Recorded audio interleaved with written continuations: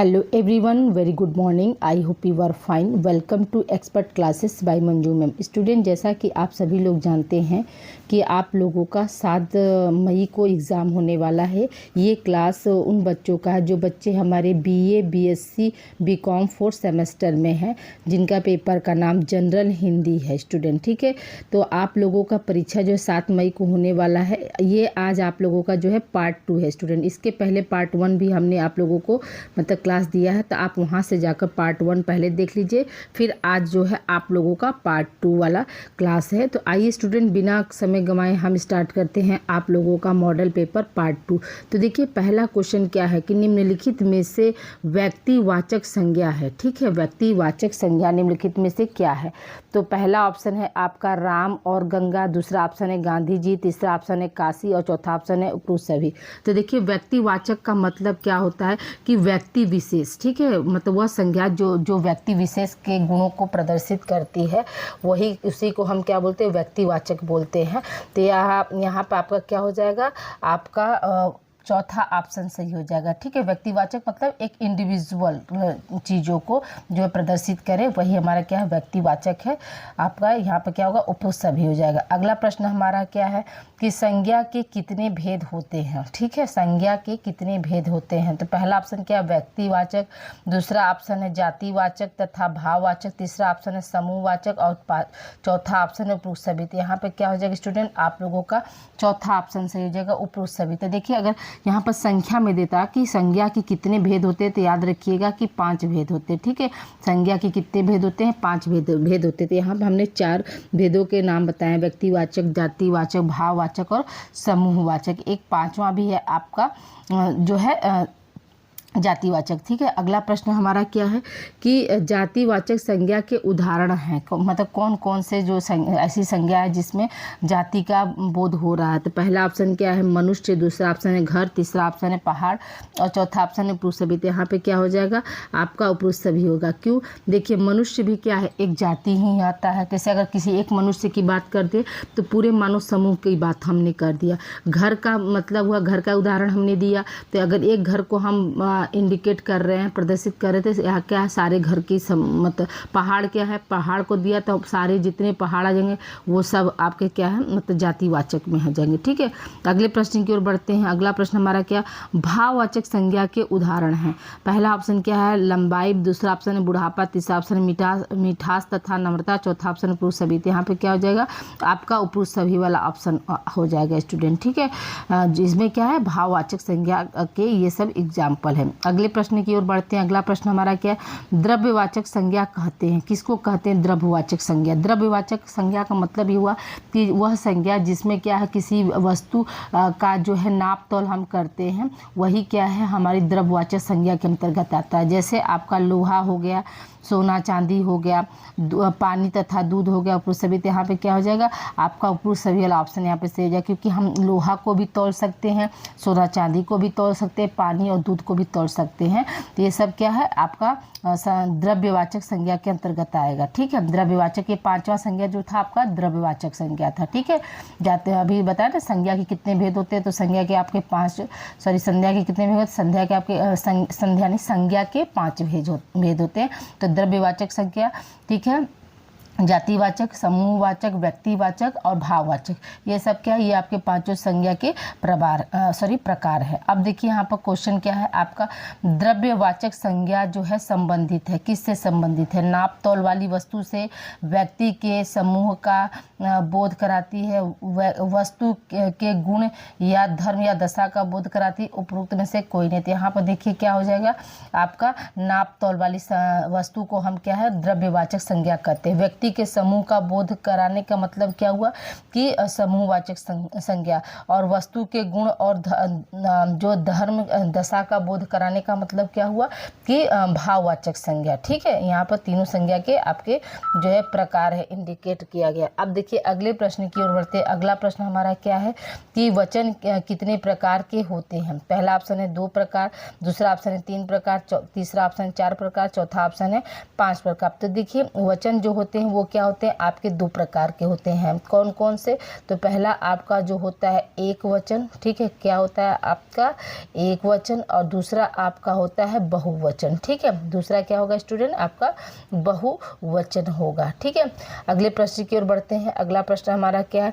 निम्न में से वचन के प्रकार, देखिए वही क्वेश्चन आ गया, तो इसका आंसर क्या हो जाएगा? आपका उपरोक्त सभी वाला ऑप्शन यहाँ पे सही हो जाएगा। अगले प्रश्न की ओर बढ़ते हैं। अगला प्रश्न हमारा क्या है? बहुवचन के उदाहरण है, ठीक है। बहुवचन के कौन उदाहरण होते हैं स्टूडेंट? तो ये आप इसको देख लेते हैं। तो बहुवचन में क्या होगा? मतलब एक से ज़्यादा शब्द का जो है प्रयोग होगा, या एक से ज़्यादा व्यक्तियों का जो है समूह को हम कह दे, समान को कह दे, तो वो सब क्या हमारे बहुवचन में आएंगे, ठीक है। अगले प्रश्न इसका देखिए पहला एग्जाम्पल क्या है? नदियाँ हैं, ठीक है। दूसरा लड़के, तीसरा घोड़े, उपरुष सभी। तो यहाँ पे क्या हो रहा है? आपका उपरुष सभी वाला बात हो रहा है। जैसे नदी जो है वो क्या है आपका? नदी जो होता है वो एक शब्द है, ठीक है, यानी एक वचन हो गया।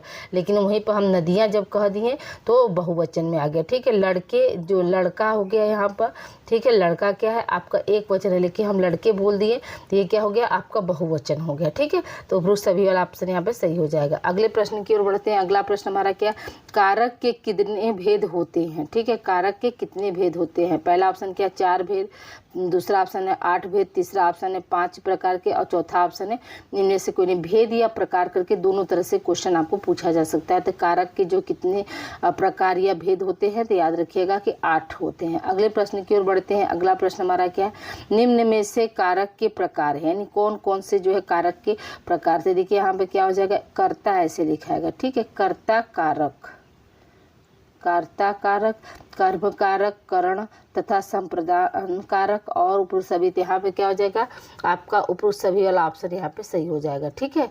अगले प्रश्न की ओर बढ़ते हैं। अगला प्रश्न हमारा क्या है? संप्रदान कारक के लिए विभक्तियां हैं, ठीक है। कौन सी विभक्तियां जो है संप्रदान कारक के लिए होती हैं? पहला ऑप्शन क्या है? शून्य और ने, दूसरा ऑप्शन है को या के लिए, तीसरा ऑप्शन में या पर, और इनमें से कोई नहीं। तो यहाँ पे क्या हो जाएगा? आपका जो है पहला ऑप्शन सही हो जाएगा। अगले प्रश्न की ओर बढ़ते हैं। अगला प्रश्न हमारा क्या है? संज्ञा या सर्वनाम के जिस रूप से वाक्य के अन्य शब्दों के साथ उनका संबंध सूचित हो उसे कहते हैं, क्या कहते हैं? पहला ऑप्शन है कारक, दूसरा ऑप्शन संज्ञा, तीसरा ऑप्शन सर्वनाम, चौथा ऑप्शन है विशेषण। तो उसको हम क्या बोलेंगे स्टूडेंट? उसको हम कारक बोलते हैं। संज्ञा या सर्वनाम के जिस रूप से वाक्य के अन्य शब्दों के साथ उनका संबंध सूचित होता है उसे हम क्या बोलते हैं? कारक कहते हैं। संज्ञा किसे कहते हैं? तो किसी जाति वस्तु विशेष के नाम को हम संज्ञा कहते हैं। सर्वनाम किसे कहते हैं? संज्ञा के बदले जो आए हुए शब्द जो होते हैं उसको हम सर्वनाम कहते हैं। विशेषण किसे कहते हैं? जो संज्ञा या सर्वनाम की विशेषता बताने वाले जो शब्द होते हैं उसको हम विशेषण कहते हैं, ठीक है। अब आइए देखिए अगले प्रश्न की ओर बढ़ते हैं। अगला प्रश्न क्या है? वाक्य में क्रिया का फल जो जिस शब्द पर पड़ता है, जिस हो गया यहाँ पे, ठीक है, जी नहीं होगा, जिस शब्द पर पड़ता है उसे कहते हैं कर्म कारक, संप्रदाय कारक, कर्ता कारक। इनमें से कोई नहीं। यहाँ पे क्या हो जाएगा स्टूडेंट? आपका कर्म कारक वाला एग्जाम्पल यहाँ पे सही हो जाएगा। अगले प्रश्न की ओर बढ़ते हैं। अगला प्रश्न हमारा क्या है? कर्म कारक का विभक्ति या प्रत्यय चिन्ह है। पहला ऑप्शन क्या है? को, दूसरा ऑप्शन है के लिए, तीसरा ऑप्शन उपयुक्त दोनों, चौथा ऑप्शन इनमें से कोई नहीं। तो याद रखिएगा कर्म कारक की विभक्ति या प्रत्यय चिन्ह क्या होता है? को होता है। जैसे आप एग्जाम्पल यहाँ पर देख लीजिए, जैसे क्या है? मैंने हरि को बुलाया, यहाँ पर क्या है? को शब्द जो है क्या प्रदर्शित कर रहा है? कर्म कारक को प्रदर्शित कर रहा है। माँ ने क्या है? बच्चे को सुलाया, यहाँ पर को शब्द क्या प्रदर्शित कर रहा है? कर्म कारक को। लोगों ने चोर को पीटा, ठीक है, ये क्या है? आपका एग्जाम्पल जो है कर्म कारक। किसी तरह से एग्जाम्पल आ सकता है कि मैंने हरि को बुलाया, कौन सा कारक है? उसने राम को पीटा, कौन सा कारक है? ये सब क्या है? ये आपके जो है कर्म कारक के अंतर्गत आएंगे। अगले प्रश्न की ओर बढ़ते हैं। अगला प्रश्न हमारा क्या है? हिंदी भाषा में सर्वनाम के भेद होते हैं। कितने हैं, तो 11 है, 7 भेद, 8 भेद, इनमें से कोई नहीं। तो याद रखिएगा कि हिंदी भाषा में जो है सर्वनाम की 11 भेद होते हैं। अब देखिए हिंदी भाषा में शब्द दिया है तो यहाँ पे 11 भेद हो जाएंगे। अगर मान के चलिए यहाँ पर ये क्वेश्चन एक देखिए ऐसे भी आ सकता है कि प्रयोग के अनुसार सर्वनाम कितने भेद होते हैं। तो पहला ऑप्शन क्या है 6, दूसरा ऑप्शन 7, तीसरा ऑप्शन 8 और चौथा ऑप्शन 11। तो देखिए प्रयोग के आधार पर जिसका हम प्रयोग कर रहे हैं, एक्सपेरिमेंट कर रहे हैं, उसके अनुसार जो है हमारा सर्वनाम कितने प्रकार का होगा, तो वो आपका 6 प्रकार का हो जाएगा, उसके 6 भेद हो जाएंगे। लेकिन अगर हम हिंदी भाषा के आधार पर पूछेंगे तब वहाँ पे क्या हो जाएगा, हमारा 11 हो जाएगा। देखिए अभी ऊपर यही प्रश्न गया है, हिंदी भाषा के अनुसार सर्वनाम के कितने भेद होते हैं या प्रकार होते हैं, तो उसको हम क्या बताए हैं, 11 बताए हैं। अब प्रयोग के अनुसार जो है मतलब सर्वनाम कितने होते हैं, तो वो आपके 6 होते हैं। ठीक है, अगले प्रश्न की ओर बढ़ते हैं। अगला प्रश्न क्या है, निम्नलिखित में से सर्वनाम है कौन कौन से जो है सर्वनाम। पहला ऑप्शन क्या है, निजवाचक और पुरुषवाचक सर्वनाम, दूसरा ऑप्शन है निश्चयवाचक और निश्चयवाचक सर्वनाम, तीसरा ऑप्शन संबंधवाचक और प्रश्नवाचक सर्वनाम, उपरोक्त सभी थे। अब देखिए ये क्या है, प्रयोग के आधार पर ये 6 सर्वनाम को एक जगह हमने दे दिया ताकि आपको याद रहे। निजवाचक सर्वनाम, पुरुषवाचक सर्वनाम, निश्चित वाचक सर्वनाम, अनिश्चितवाचक सर्वनाम, संबंधवाचक सर्वनाम और प्रश्नवाचक सर्वनाम। ये क्या है, ये आपके जो है प्रयोग के आधार पे हैं स्टूडेंट। ठीक है, अब आइए बात करते हैं आगे। निजवाचक सर्वनाम का रूप है। ठीक है, कौन कौन सा निजवाचक सर्वनाम का रूप है। पहला ऑप्शन क्या है, कौन या क्या, तो ये तो आपका प्रश्नवाचक हो जाएगा, ये गलत हो गया। यह वह, ठीक है, मैं और हम, तो मैं और हम क्या हो जाएंगे, ये आपका पुरुषवाचक सर्वनाम हो जाएगा। क्या हो जाएगा स्टूडेंट, पुरुषवाचक सर्वनाम हो जाएगा, ये देख लीजिए।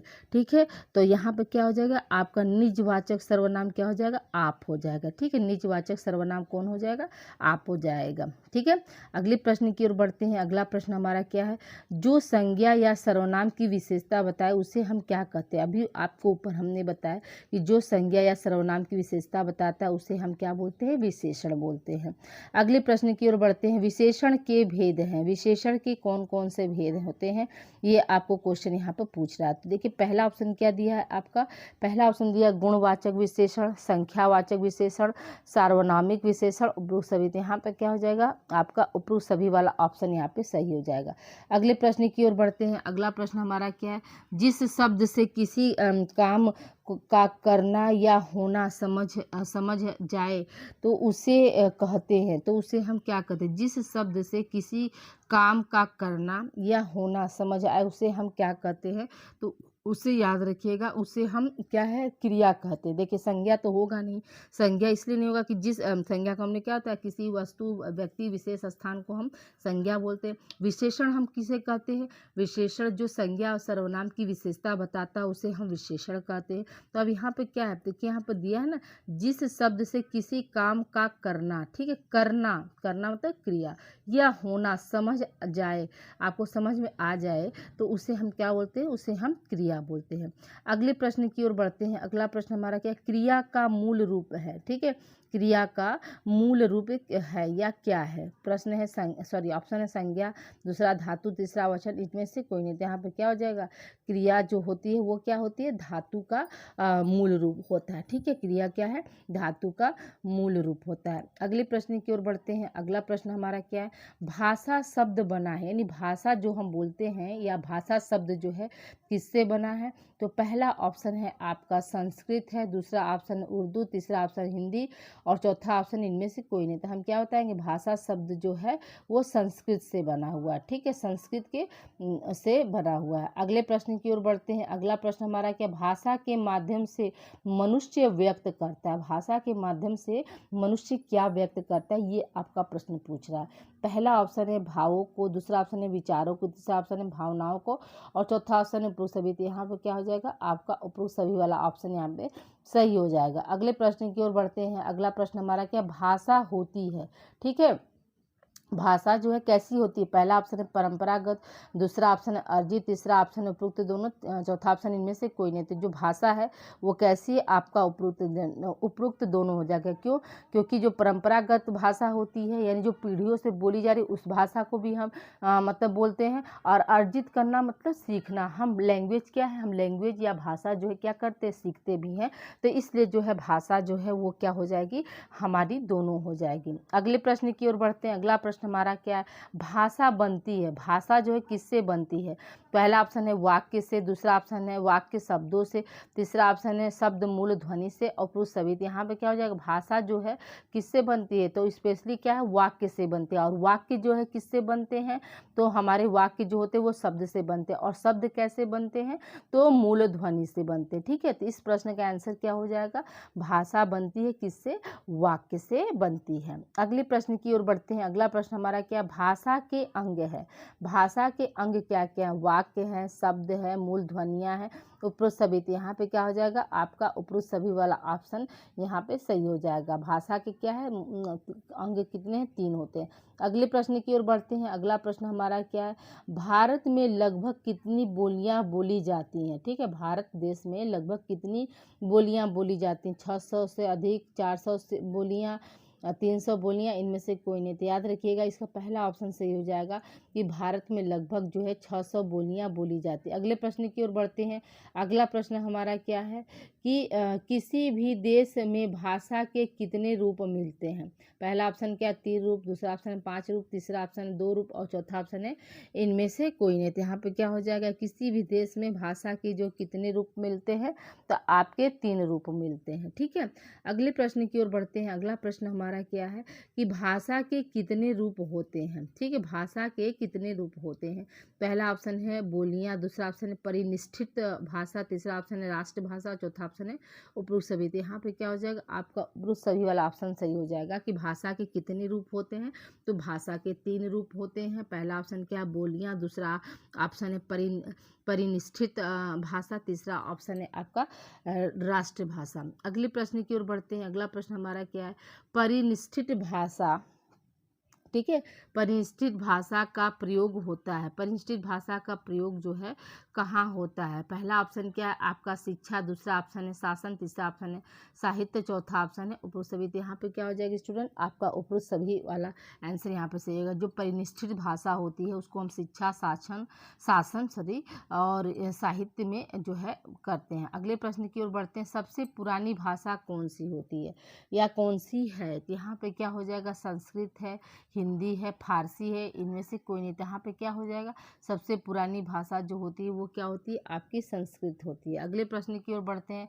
संस्कृत भाषा का दूसरा नाम है। संस्कृत भाषा का दूसरा नाम क्या है? आर्य भाषा, देव भाषा, उपरोक्त दोनों, इनमें से कोई नहीं। तो यहाँ पे क्या हो जाएगा? संस्कृत भाषा का दूसरा नाम क्या है? उपरोक्त दोनों, यानी तीसरा ऑप्शन सही हो जाएगा। यानी संस्कृत भाषा को हम आर्य भाषा के नाम से भी जानते हैं और क्या है? देव भाषा के भी नाम से जानते हैं। अगले प्रश्न की ओर बढ़ते हैं। अगला प्रश्न हमारा क्या है? भारत की प्रथम देश भाषा क्या है? ठीक है, भारत की प्रथम यानी पहली बोली जाने वाली भाषा क्या है? पहला ऑप्शन क्या है? पाली, दूसरा ऑप्शन है मागधी, तीसरा ऑप्शन है उपरोक्त दोनों, चौथा ऑप्शन है इनमें से कोई नहीं। तो भारत की जो है प्रथम भाषा क्या हो जाएगी? आपकी पाली हो जाएगी। और पाली जो है मतलब बाद में जो है उसको मतलब श्रीलंका के लोगों ने इसको मागधी भाषा कहा, तो उसका पाली का दूसरा नाम क्या है? मागधी हो जाएगा। तो यहाँ पर क्या हो जाएगा? आपका पहला ऑप्शन सही हो जाएगा, पाली। ठीक है, अगले प्रश्न की ओर बढ़ते हैं। अगला प्रश्न हमारा क्या है? भगवान बुद्ध ने, ठीक है, भगवान बुद्ध और उनके अनुयायियों ने जनसाधारण को उपदेश देने के लिए किस भाषा का प्रयोग किया था? पाली भाषा, मागधी भाषा, उपरोक्त दोनों, इनमें से कोई नहीं। तो पाली भाषा को ही मागधी भाषा बोलते हैं। तो यहाँ पर क्या हो जाएगा? आपका उपरोक्त दोनों वाला ऑप्शन यहाँ पे सही हो जाएगा। अगले प्रश्न की ओर बढ़ते हैं। पाली भाषा की उत्पत्ति कहाँ से हुई है? तो याद रखिएगा पहला ऑप्शन क्या है? मगध है, उज्जैन है, कर्नाटक, इनमें से कोई नहीं। तो यहाँ पे क्या हो जाएगा? आपका मगध, पाली भाषा की उत्पत्ति जो है मगध से हुई है। पहला ऑप्शन क्या है? किस भाषा को मागधी भाषा कहते हैं? मागधी भाषा जो किस भाषा को कहते हैं? पहला ऑप्शन है पाली भाषा को, संस्कृत भाषा को, फारसी भाषा को और इनमें से कोई नहीं। तो यहाँ पे क्या हो जाएगा? आपका पाली भाषा को जो है मागधी भाषा के नाम से हम क्या है जानते हैं। अगले प्रश्न की ओर बढ़ते बढ़ते हैं। अगला प्रश्न हमारा क्या है, हिंदी, हिंदू और हिंदुस्तान किस भाषा के शब्द हैं? तो यहाँ पर देख लीजिए, पहला ऑप्शन क्या दिया है, संस्कृत, दूसरा ऑप्शन है फारसी, तीसरा ऑप्शन है उर्दू, चौथा ऑप्शन इनमें से कोई नहीं। तो हिंदी, हिंदू, हिंदुस्तान जो है वो क्या है, आपके फारसी शब्द हैं। ठीक है, अगले अगले अब देखिए कुछ हम ना यहाँ पर क्या अविभाज्य समास को भी हमने बता दिया। तो देखिए यहाँ पर कुछ एग्जाम्पल है, तो आप इसको 2-3 बार पढ़ लेंगे ना तो याद हो जाएगी। जैसे दिनादुन यानी दिन के बाद दिन, इसका अर्थ क्या होता है, जैसे आपका प्रत्येक में क्या होगा, अव्ययभाव समास होगा। प्रत्येक का मतलब कैसे कैसे, तो एक एक जोड़ेंगे तो हमारा क्या हो जाएगा, प्रत्येक हो जाएगा। ठीक है, अगले देखते हैं प्रत्यंग मतलब प्रत्यंग जो है कैसा समास है, तो अव्ययभाव समास है, तो यानी अंग अंग जोड़ के क्या है, प्रत्यंग बनेगा।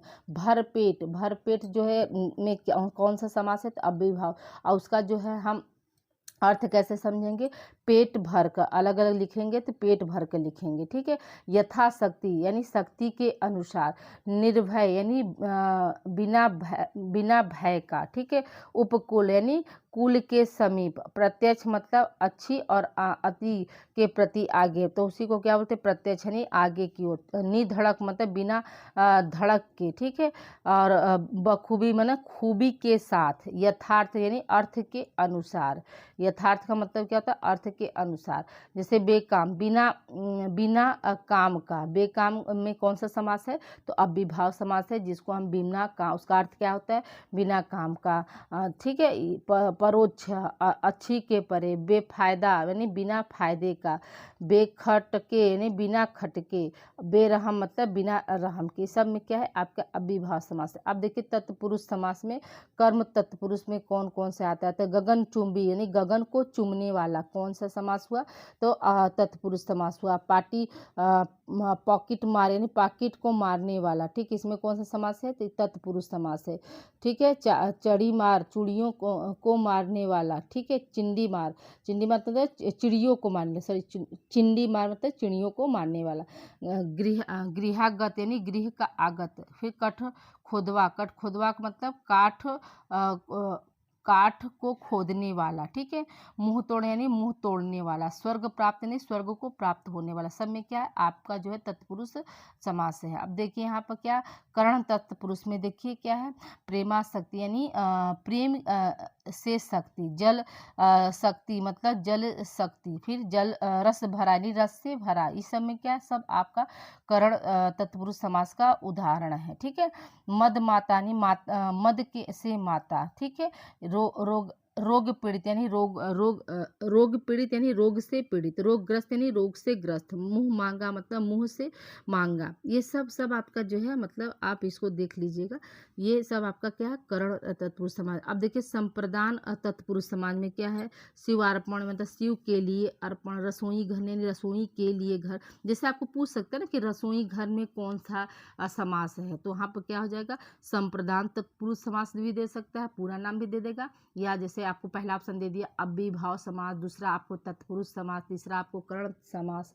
ठीक है, ऐसा, और चौथा उपरोक्त में से कोई नहीं। तो आप याद रखिएगा कि रसोई घर में कौन सा समास है, तत्पुरुष समास है, और संप्रदान समास तत्पुरुष समास है, और पूरा नाम दे सकता है तो संप्रदान तत्पुरुष समास के नाम से दे सकता है। ठीक है, आपादान तत्पुरुष समास में क्या होता है, तो बलहीन यानी बल से हीन, धनहीन यानी धन से हीन, पद भ्रष्ट यानी पद से भ्रष्ट, और था पाप मुक्त यानी पाप से मुक्त, ये प्रेम रिक्त मतलब प्रेम से रिक्त। ये सब क्या, सब आपके अपादान तत्पुरुष के समान जो है समास है। ये देखिए संबंध तत्पुरुष का मतलब कि जैसे अन्नदान यानी अन्न का दान, श्रम दान यानी श्रम का दान, वीर कन्या यानी वीर की कन्या। ये सब क्या है, सब आपका जो है संबंध तत्पुरुष है। देखिए गंगा जल जैसे आपने गंगा जल मूवीज देखा था जो अजय देवगन का था, तो उसमें गंगा जल जो है वो कैसा मतलब समास है, तो संबंध तत्पुरुष समास है। ठीक है, रामायण राम का अयन में कौन सा समास है, तो संबंध तत्पुरुष समास है। इसको आप लोग मतलब देख लीजिएगा। ठीक है स्टूडेंट, तो आज के लिए इतना ही। ये सारे समास आप लोग 2-3 बार अपने से पढ़ लेंगे, सारे हमने पढ़े नहीं हैं। ठीक है, तो आप लोग सारा पढ़ के अपना अच्छे से इसको तैयार कर लीजिएगा। और आपकी क्लास कैसी लगी, अब देखिए आप लोगों को इसके अतिरिक्त भी देखिए आपके को क्या है, पर्यायवाची पढ़ना है, विलोम पढ़ना है, ठीक है। एक अनेक शब्दों के लिए एक शब्द पढ़ना है, तत्सम तद्भव पढ़ना, ये सब आप लोगों